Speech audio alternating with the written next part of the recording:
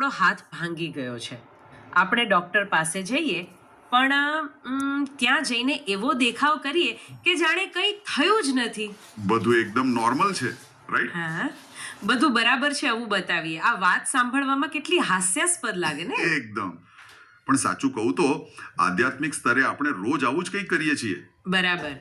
જે સંતો કે ગુરુઓ ખરેખર આપણો ઈલાજ કરી શકે છે, એમની આગળ જ આપણે આપણી ખામીઓ છુપાવીએ છીએ. હા, અને આજે આપણે આ જ માનસિકતાના મૂળ સુધી જવાનું છે, આ ડીપ ડાઈવમાં. ચોક્કસ. પણ એ ચર્ચા શરૂ કરીએ એ પહેલાં હું આજના સ્ત્રોતની સ્પષ્ટ માહિતી આપી દઉં. તારીખ છે 6 એપ્રિલ 2026, સોમવાર. ગ્રંથ છે શિક્ષાપત્રી ભાષ્ય, શ્લોક 200ના સંદર્ભમાં. કથા ભાગ છે 465. વક્તા છે પરમ પૂજ્ય સદગુરુ શ્રી જ્ઞાનજીવનદાસજી સ્વામી કુંડળધામ અને સ્થળ છે સ્ટેજ કુટીર, સ્વામિનારાયણ મંદિર, કુંડળધામ. ગ્રેટ. હવે જુઓ, આ ડોક્ટર વાળું જે ઉદાહરણ છે ને, એ આપણા આજના વિષયનું સીધું નિદાન કરે છે. આપણે આધ્યાત્મિક માર્ગે ચાલીએ છીએ છતાં પારદર્શક કેમ નથી રહી શકતા? હા, એ જ મોટો પ્રશ્ન છે ને. વક્તા બહુ ઊંડાણપૂર્વક સમજાવે છે કે આનું મૂળ છે દેહાભિમાન અને બીજું છે માન. એટલે કે આપણો અહંકાર, બરાબર ને? હા, એ જ. આજના સમયમાં આપણે સમાજમાં આપણી એકદમ પરફેક્ટ ઇમેજ ઊભી કરવા ટેવાયેલા છીએ. આપણે કોઈને ખરાબ દેખાવું નથી. બિલકુલ. માણસ દુનિયામાં ઘણું મેળવે છે, પણ જ્યારે અંદર અહંકાર ઘર કરી જાય ને કે હું કંઈક છું, ત્યારે અહંકાર જ તેને સંત કે ભગવાન આગળ નિખાલસ થવા દેતો નથી. પણ અહીં મારો એક મૂળભૂત પ્રશ્ન છે. આપણે સૌ માનીએ છીએ કે ભગવાન તો સર્વજ્ઞ છે. હા, એ બધું જાણે જ છે. તો પછી એ આપણા મનની બધી જ નબળાઈઓ પહેલેથી જાણે જ છે. તો આપણે જાતે બોલીને કે સ્વીકારીને નિષ્કપટ થવાની જરૂર જ શું છે? બહુ સરસ પ્રશ્ન છે. વાત ભગવાનને કોઈ નવી માહિતી આપવાની નથી. તો પછી શું છે? વાત આપણા પોતાના અહંકારને તોડવાની છે. જ્યારે આપણે જાતે આપણી ભૂલ સ્વીકારીએ છીએ ને, ત્યારે આપણો પેલો સારા દેખાવાનો જે દેખાવ છે એ તૂટી જાય છે. એટલે આપણે આપણી જાતને સ્વીકારીએ છીએ. બરાબર. આ સંદર્ભમાં વચનામૃત એકની બહુ ગંભીર વાત સ્ત્રોતમાં કરવામાં આવી છે. કઈ વાત? દુનિયાના સામાન્ય પાપો કદાચ માફ થઈ શકે, પણ તીર્થ સ્થાનમાં કરેલું પાપ કે સંતોનો દ્રોહ એ વજ્રલેપ બની જાય છે. એક મિનિટ, વજ્રલેપ એનો શું અર્થ થાય? વજ્રલેપ એટલે એવું પાપ જે ક્યારેય ભૂંસાતું નથી, એકદમ કાયમી. બાપરે.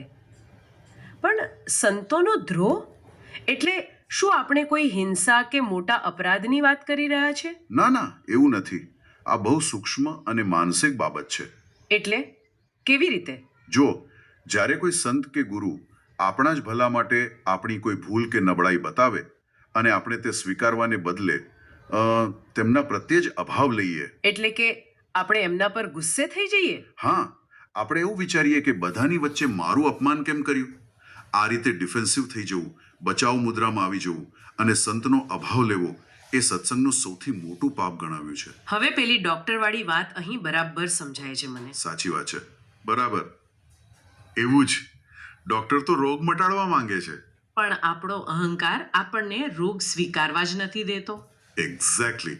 અને જે ક્ષણે આપણે આ અહંકાર પડતો મૂકીએ છીએ, કપટ છોડી દઈએ છીએ, ત્યારે મનોવૈજ્ઞાનિક અને આધ્યાત્મિક બંને રીતે એક બહુ મોટો બદલાવ આવે છે.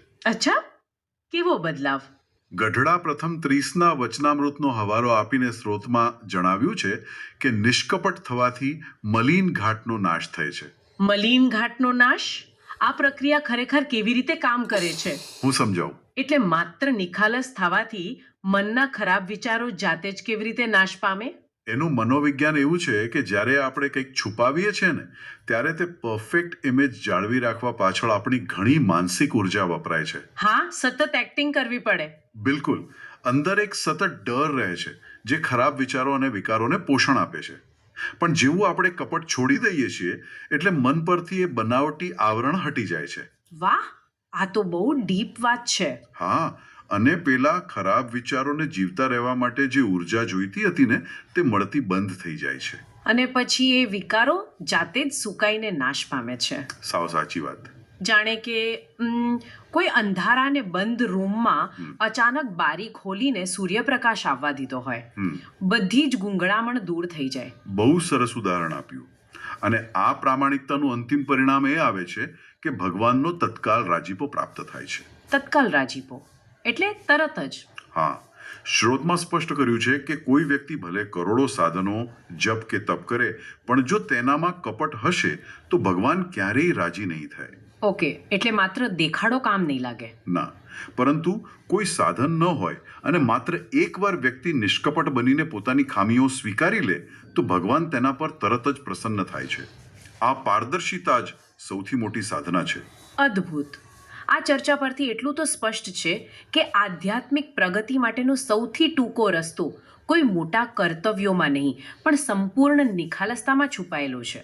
બિલકુલ, આપણે અંદરથી કેટલા ચોખ્ખા છીએ એ જ મહત્વનું છે. સાચી વાત. તો આજના સ્રોતને આધારે વિચારવા જેવી વાત આ છે, આપણે જે પણ કંઈ ધાર્મિક ક્રિયાઓ કરીએ છીએ, મંદિરે જઈએ છીએ કે સેવા કરીએ છીએ, શું એ ખરેખર અંદરથી સ્વસુધારણા માટે છે?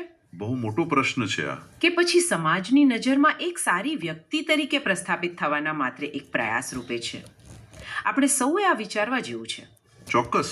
જો ખરેખર રોગ મટાડવો જ હોય તો આજે નહીં તો કાલે ડૉક્ટરથી બીમારી છુપાવવાનું બંધ કરવું જ પડશે. ચાલો, આજના ડીપ ડાઈવમાં જોડાવા બદલ આભાર.